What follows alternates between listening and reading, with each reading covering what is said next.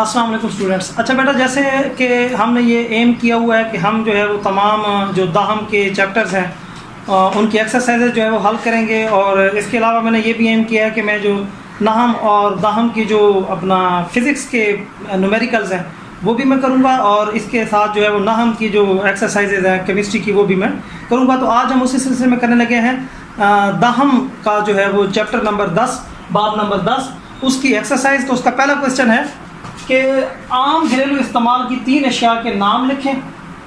आम घरेलू इस्तेमाल की 3 अशिया के नाम लिखें जिनकी पीएच जो है वो 7 से कम हो। 3 ऐसी चीज़ें बतानी है जिनकी पीएच 7 से ज़्यादा हो, और 3 ऐसी चीज़ें बतानी है जिनकी पीएच 7 के बराबर हो। तो हमने क्या करना है, सबसे पहले जो है वो और ये हमने घरेलू जो ज़िंदगी आम हम जो इस्तेमाल करते हैं उनकी मिसालें देनी हैं। तो मैंने यहाँ पे मिसालें लिख रखी हैं। तो ये भी आपको पता होना चाहिए कि जिसकी पीएच 7 से कम हो उसका मतलब होता है वो एसिडिक है, जिसकी पीएच जो है वो 7 हो इसका मतलब होता है वो न्यूट्रल है, और जिसकी पीएच जो है वो 7 से ज़्यादा हो इसका मतलब होता है वो बेसिक हो। तो हमने 3 एसिडिक, 3 न्यूट्रल और 3 बेसिक चीज़ों के जो है वो घरेलू जो हमारे इस्तेमाल की चीज़ें हैं उनके हमने नाम लिखने हैं। तो मैंने लिखे हुए हैं यहाँ पे सिरका जो है वो आपको पता है एसिटिक एसिड की वजह से हमारे घर में आमतौर पर इस्तेमाल होता है खुराक को खुशहाल बनाने के लिए, तो सिरके का इस्तेमाल होता है, और ये इसकी पीएच जो है वो 7 से कम होती है। फटा हुआ दूध जो है लैक्टिक एसिड इसमें होता है और इसकी पीएच जो है वो भी 7 से कम होती है, और ये एसिडिक होता है। इसी तरीके से जो लीमू है उसमें सिट्रिक एसिड होता है और उसकी वजह से उसकी पीएच भी 7 से कम होता है। तो ये 3 हमारे घरेलू जो है वो इस्तेमाल की चीज़ें हैं जिनकी पीएच 7 से कम है। 3 चीज़ें जिनकी पीएच 7 से ज़्यादा है यानी बेसिक हैं, वो कौन कौन सी? बुझा हुआ चूना कैल्शियम हाइड्रोक्साइड की वजह से, आपको पता है कैल्शियम हाइड्रोक्साइड COH जो बुझा हुआ चूना है जिससे हम सफ़ेदी करते हैं, तो उसकी पीएच जो है वो 7 से कम होती है। इसी तरीके से 7 से ज़्यादा होती है और वो बेसिक होता है। इसी तरीके से जो है हमारा मिल्क ऑफ मैग्नीशियम हाइड्रोक्साइड जो है उसकी वजह से इसकी पीएच जो है वो भी 7 से ज़्यादा होती है और ये बेसिक होता है। और अगर हम देखें वाशिंग सोडा, सोडियम कार्बोनेट की वजह से वाशिंग सोडा जो हमारा जो है वो कपड़े धोने में इस्तेमाल होता है वाशिंग सोडा, उसकी पीएच जो है वो भी 7 से ज़्यादा होती है और वो भी क्या होता है, बेसिक होता है। तो ये 3 अशिया कैल्शियम हाइड्रोक्साइड, वाशिंग सोडा यानी सोडियम कार्बोनेट और मैग्नीशियम हाइड्रोक्साइड, ये 3 वो अशिया हैं जिनकी पीएच 7 से ज़्यादा है और ये बेसिक हैं, और ये हमारे घरेलू इस्तेमाल की चीज़ें हैं। इसी तरीके से वो चीज़ जिसकी पीएच जो है वो 7 के बराबर हो, तो पानी, आप पहले तो पानी मिसाल ले लें। पानी आपको पता है अगर बिल्कुल जो न्यूट्रल हो, पानी जो है वो अगर बिल्कुल साफ़ हो, डिस्टिल्ड वाटर हो तो वो न्यूट्रल होता है, उसकी पीएच बिल्कुल 7 होती है। इसी तरीके से सोडियम क्लोराइड का पानी में सोल्यूशन, आपको पता है पानी का जो सोडियम क्लोराइड के साथ पानी का सोल्यूशन है वो भी जो है वो न्यूट्रल होगा, क्योंकि सोडियम क्लोराइड एक न्यूट्रल साल्ट है, जब वो पानी में हल होगा तो न्यूट्रलिटी जो है वो रहेगी। इसी तरीके से जो शुगर का पानी में सोल्यूशन है वो भी आपको पता है क्या होता है, न्यूट्रल होता है। समझ आ रही है बात की? क्लियर हो रही है? अच्छा, नेक्स्ट है जो अगला क्वेश्चन हमारा कि बेस की तारीफ करें और वजाहत करें कि तमाम अल्कलीज बेसेस हैं लेकिन तमाम बेसेस अल्कलीज नहीं हैं। तो यहाँ पे जो है ये क्वेश्चन बड़ा जो है इंपॉर्टेंट क्वेश्चन है, बहुत अहम क्वेश्चन है, आपको समझना होगा। कहता है आपने वजाहत करनी है कि तमाम अल्कलीज जो हैं वो तो बेसेस हैं लेकिन जो तमाम बेसेस हैं वो अल्कलीज नहीं हैं। उससे पहले तो आपको ये बात आपको समझने से पहले ये समझ होनी चाहिए कि बेस होती क्या शय है। तो आर्हेनियस के मुताबिक बेस ऐसी शय है जो एक्वस सोल्यूशन में हाइड्रोक्साइड आयन देती है। ये आपने चैप्टर में पढ़ा है। आर्हेनियस के मुताबिक बेस वो शय होती है जो एक्वस सोल्यूशन में हाइड्रोक्साइड आयन देती है। मैं ये इस हिसाब से जवाब लिख रहा हूँ जो अगर आप पेपर में लिखेंगे तो आपको पूरे नंबर मिलेंगे, समझा के जैसे पेपर में लिखने हैं, अच्छे आंसर करने हैं, तो उस हिसाब से मैं लिख रहा हूँ। तो पेपर में आपने इसी तरीके से अटेम्प्ट करना है कि पहले आपने आर्हेनियस के मुताबिक बेस की तारीफ कर देनी है, फिर आपने क्या करना है, ब्रॉन्स्टेड के मुताबिक बेस ऐसी शय है जो किसी दूसरे शय से प्रोटॉन कबूल कर सके, तो ये जो है, और लीविस के मुताबिक बेस क्या है, ऐसी शय है जो इलेक्ट्रॉन का पेयर दे सकती है। तो ये हमने पहले हिस्से की तारीफ यानी बेस की तारीफ जो है उसको जरा अच्छे अंदाज में किया है, तीनों तारीफें हमने लिख दी। तो सवाल का पहला हिस्सा हमने अटेम्प्ट कर लिया। अब हमने वजाहत करनी है कि तमाम अल्कलीज बेसेस हैं लेकिन तमाम बेसेस अल्कलीज नहीं है। तो बेटा उसकी वजाहत जो है कि अल्कलीज ऐसी बेसेस हैं जो पानी में हल हो सकती हैं। याद रखिएगा, जो बेस पानी में हल हो सकती है वो अल्कली है, और जो बेस पानी में हल नहीं हो सकती वो अल्कली नहीं है। तो वो बेस है, पानी में हल नहीं हो सकती, इसका ये मतलब नहीं है कि वो बेस नहीं है। पानी में हल हो सकती है तो वो बेस भी है और अल्कली भी है, लेकिन अगर पानी में हल नहीं हो सकती तो वो बेस तो है लेकिन अल्कली नहीं है। इसीलिए जो हम लिखेंगे कि वजाहत क्या लिखेंगे, अल्कलीज ऐसी बेसेस हैं जो पानी में हल हो सकती हैं, मगर ऐसी बेसेस जो पानी में हल ना हो सकें, बेसिस तो होती हैं अपनी खसूसियात की वजह से, क्योंकि बेस तो हम उसकी प्रॉपर्टीज़ की वजह से कहेंगे, तो अपनी प्रॉपर्टीज़ की वजह से वो इन तीनों तारीफ़ों में से किसी तारीफ़ पे पूरा उतरेंगी, वो बेस तो होंगी, लेकिन क्योंकि वो पानी में हल नहीं होती होंगी तो लिहाजा वो बेस अल्कली नहीं होगी। और उसकी एक मिसाल भी यहाँ पे लिखी हुई है, मिसाल के तौर पर कॉपर ऑक्साइड CuO बेस है मगर पानी में हल नहीं होती, यानी CuO जो है, आपने किताब में भी इसके रिएक्शंस पढ़े हैं, ये बेस है, तो बेस है लेकिन जो है आपको पता है ये पानी में हल नहीं होती, इनसॉल्युबल है, इसलिए तमाम, यानी इसलिए जो है ये बेस तो होती है लेकिन ये अल्कली बेस नहीं है। तो इसी तरीके से हम कह सकते हैं, जो हमारा सवाल था,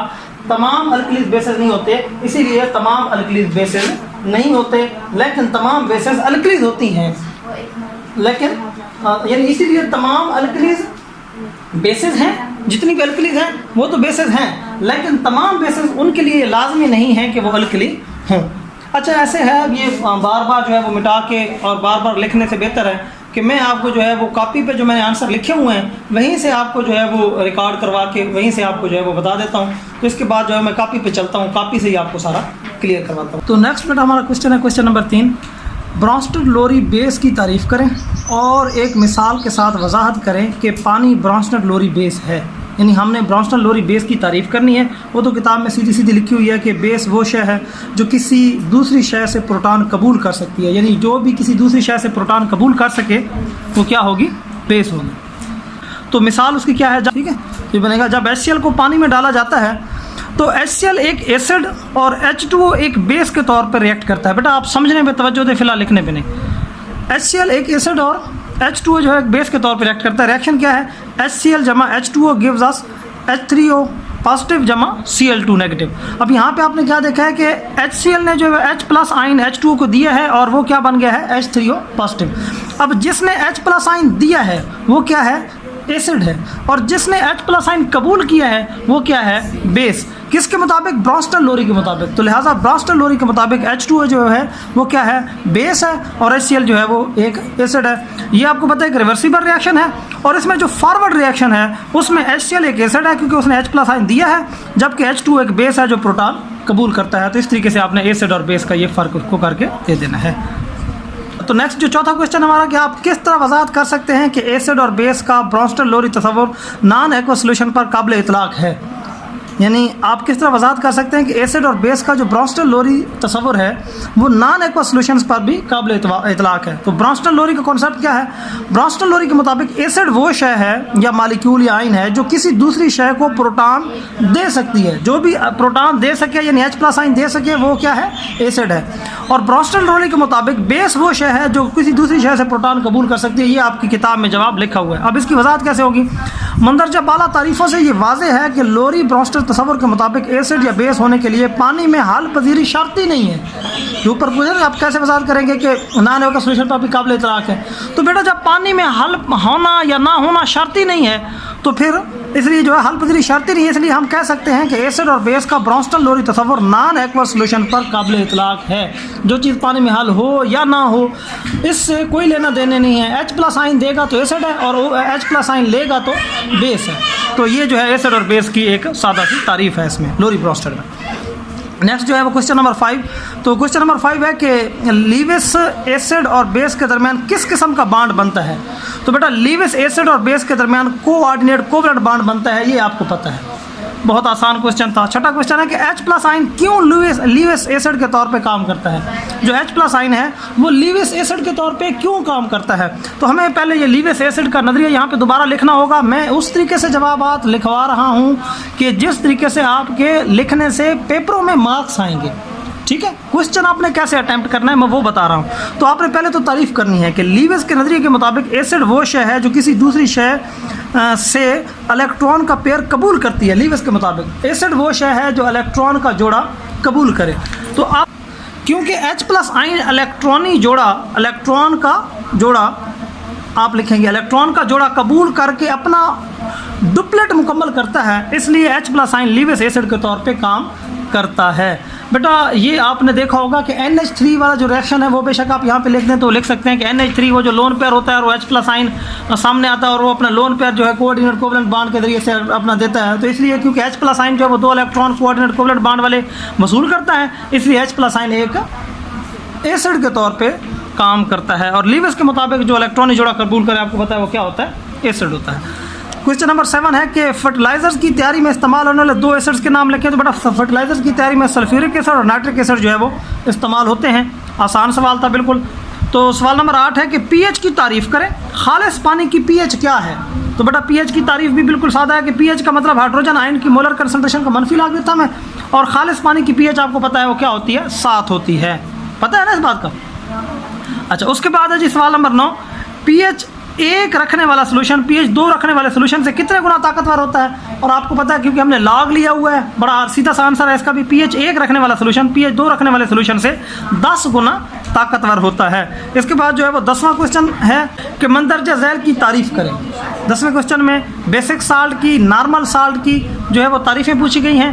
तो नॉर्मल साल्ट क्या होता है? ऐसा साल्ट जो एसिड के तमाम ionizable H+ ion, positive metal या अमोनियम आयन से मुकम्मल तौर पर तब्दीली से बने, वो नॉर्मल साल्ट कहलाता है। मिसाल के तौर पे ये नीचे मिसाल आपने लिखनी है। और बेसिक साल्ट क्या होता है? बेसिक साल्ट वो जो पॉलीहाइड्रोक्सी बेसिस की साथ नामुकम्मल न्यूट्रलाइजेशन से बने, यानी OH रह जाए। और ये आपकी किताब पे मौजूद है, आप वहाँ से देख सकते हैं। तो इसलिए जो है इसको छोड़ें, आप आगे चलें।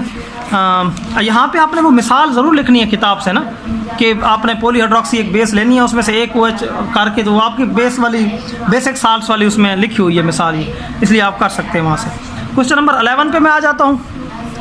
तो क्वेश्चन नंबर 11 जो है वो क्या है कि Na2SO4 एक न्यूट्रल साल्ट है, जबकि NaHSO4 एक एसिडिक साल्ट है। जवाब पेश करें, हमने जवाब पेश करना है। तो बेटा Na2SO4 कोई आयनाइजेबल H+ आयन नहीं रखता। आप देख रहे हैं Na2SO4 में कोई H+ आयन मौजूद, समझ आ रही है?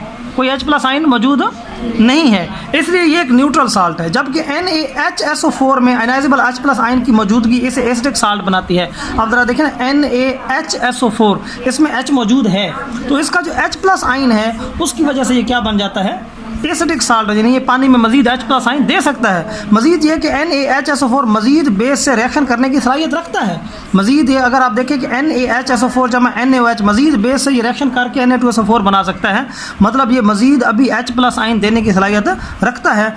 तो मंदरजा बाला रिएक्शन से वाज़ेह होता है कि NaHSO4 एक एसिडिक साल्ट है। समझ आ रही है बेटा बात की? क्लियर है? अच्छा, उसके बाद है जी नेक्स्ट क्वेश्चन आपका, क्वेश्चन नंबर 12, साल्ट की 5 अहम खसूसियात बयान करें। किताब में लिखी हुई है साल्ट की 5 अहम खसूसियात, मैं पढ़ देता हूँ। साल्ट आयनिक कंपाउंड है जो क्रिस्टलाइन शक्ल में पाए जाते हैं। इनके मेल्टिंग और बॉइलिंग पॉइंट बहुत ज़्यादा होते हैं। ज़्यादातर जो है वो साल्ट वाटर ऑफ क्रिस्टलाइजेशन इनमें होता है, जो इन साल्ट की क्रिस्टल की शक्ल का जिम्मेदार होता है। और हर साल्ट जो है पानी के मालिक्यूल्स की तादाद मखसूस होती है और इन साल्ट्स के केमिकल फार्मूला के साथ लिखी जाती है। मिसाल के तौर पे कॉपर सल्फेट और कैल्शियम सल्फेट ये लिखा हुआ है किताब में। तो चौथा जो है, साल्ट्स पानी में सालुबल या इनसालुबल हो सकते हैं। कुछ साल्ट्स आपको पता है पानी में सालुबल होते हैं और कुछ साल्ट्स जो है वो पानी में सालुबल नहीं होते। और साल्ट्स की तैयारी के लिहाज से इनकी फिर 2 तरीके आपको पता है। सालुबल साल्ट्स के तैयारी के अलग तरीके हैं, 4 तरीके हैं, और इनसालुबल साल्ट की तैयारी के अलग तरीके हैं। 5वां जो पॉइंट है वो बनेगा कि साल्ट एसिडिक, बेसिक या न्यूट्रल हो सकते हैं। 5 खसूसियात उसने क्योंकि कहीं थी, तो 5 ही खसूसियात आप क्या लिखेंगे? साल्ट जो है वो एसिडिक भी हो सकते हैं, बेसिक भी हो सकते हैं और न्यूट्रल भी हो सकते हैं। उसके बाद जो है वो 13 क्वेश्चन है, पानी से सालुबल साल्ट कैसे हासिल किए जाते हैं? आपको समझ आ रही है? तवज्जो आप इधर रखें ना। तो पानी से सालुबल साल्ट कैसे हासिल किए जा सकते हैं? तो आपको पता है कि पानी से सालुबल साल्ट को दर्ज झैल 4 तरीक़ों से हासिल, 5 तरीके थे कुल, जिसमें 4 आपको पता है सालुबल साल्ट्स के तरीके थे। वो कौन कौन से थे? एसिड और मेटल के रिएक्शन से डायरेक्ट डिस्प्लेसमेंट जो रिएक्शन था, हाइड्रोजन गैस खारिज होती थी, याद आया? अच्छा, दूसरा एसिड और बेस के साथ रिएक्शन जो होता था, और साथ में साल्ट और वाटर जो है वो बनता था, पानी बनता था साथ में। अच्छा, एसिड और मेटेलिक ऑक्साइड का रिएक्शन, एसिड और इसमें भी मैंने आपको बताया था कि साल्ट और साथ में पानी बनता है। और एसिड और कार्बन डाइऑक्साइड गैस बनती है, पानी बनता है और साल्ट बनता है। तो इन 4 तरीक़ों से आप जो है वो सालुबल साल्ट्स हासिल कर सकते हैं। उसके बाद जो है 14वां क्वेश्चन कि इनसॉल्युबल साल्ट्स कैसे तैयार किए जाते हैं। वो एक ही तरीका बताया गया था इनसॉल्युबल साल्ट्स की तैयारी का। तो इस तरीके में सॉल्युबल साल्ट्स के सॉल्यूशंस को मिलाया जाता है, इकोमोलर सॉल्यूशन मिलाए जाते हैं। यहाँ पे छोटी सी गलती है, इकोमोलर सॉल्यूशन, बराबर मोलैरिटी के सॉल्यूशंस को आपको पता मिलाया जाता है। और ये आपकी किताब में लिखा हुआ है कि दौरान आयन का बाहिमी तबादला होता है और 2 नए साल्ट्स बनते हैं। इनमें से एक साल्ट जो होता है वो सॉल्युबल होता है और दूसरा साल्ट जो है वो इनसॉल्युबल होता है। अब सॉल्युबल साल्ट जो है वो हल रहेगा और जो इनसॉल्युबल साल्ट है उसके क्या बन जाएंगे, रसूब बन जाएंगे, और हम उसको जो है वो फ़िल्टर करके अलहदा कर सकते हैं। तो ये आपके पास जो है एक मिसाल मौजूद है। तो इसमें हमारा मकसद जो है वो ये साल्ट जो है तैयार करना था, इनसॉल्युबल साल्ट जो है। तो ये इनसॉल्युबल साल्ट जो है वो हल नहीं होंगे तो हम इनको क्या कर लेंगे, फ़िल्टर करके अलहदा कर लेंगे। समझ आ गई बात की। उसके बाद जो है वो 15वां क्वेश्चन है कि साल्ट न्यूट्रल क्यों होता है, मिसाल से वजाहत करें। आपको पता है साल्ट की एक टाइप है न्यूट्रल साल्ट। तो साल्ट न्यूट्रल क्यों होता है? तो साल्ट बेटा तब न्यूट्रल होता है जब उसके पास कोई H+ आयन नहीं होता या कोई OH नेगेटिव आयन भी उसके पास नहीं होता। तमाम आयनाइजेबल H+ और OH नेगेटिव आयन ख़त्म हो जाते हैं तो वो न्यूट्रल हो जाता है। तो ऐसा साल्ट जो एसिड के तमाम ionizable H+ ion metal ionizable H+ positive metal या आयन्स अमोनियम आयन के साथ मुकम्मल तौर पर तब्दीली से बने नॉर्मल या न्यूट्रल साल्ट कहलाता है। ये साल्ट लिटमस के लिए न्यूट्रल होता है। मंदरजा झैल मसावा जो है वो मिसाल मुलाहिजा हो तो ये आप देख लें, ये जो KCl बना है ये क्या है, न्यूट्रल साल्ट है। अच्छा, नेक्स्ट जो है हमारे पास 16 क्वेश्चन कि खुराक को महफूज करने वाले एसिड का नाम बताएं। तो खुराक को महफूज करने वाले एसिड का नाम क्या है, बेंजोइक एसिड। ये खुराक को महफूज करने के लिए इस्तेमाल किया जाता है। अच्छा, ये बच्ची ने नाइट्रिक एसिड कहा था तो ये नाइट्रिक एसिड बहुत ख़तरनाक एसिड है, ताकतवर एसिड है। तो यहाँ पे क्या है, इसका जवाब होगा बेंजोइक एसिड। अच्छा, क्वेश्चन नंबर 17 मंदरजा झैल में से मौजूद एसिड के नाम लिखें।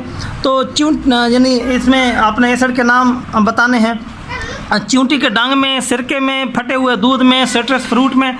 तो सिरके में मौजूद एसिड का नाम आपको पता है एस्टिक एसिड है।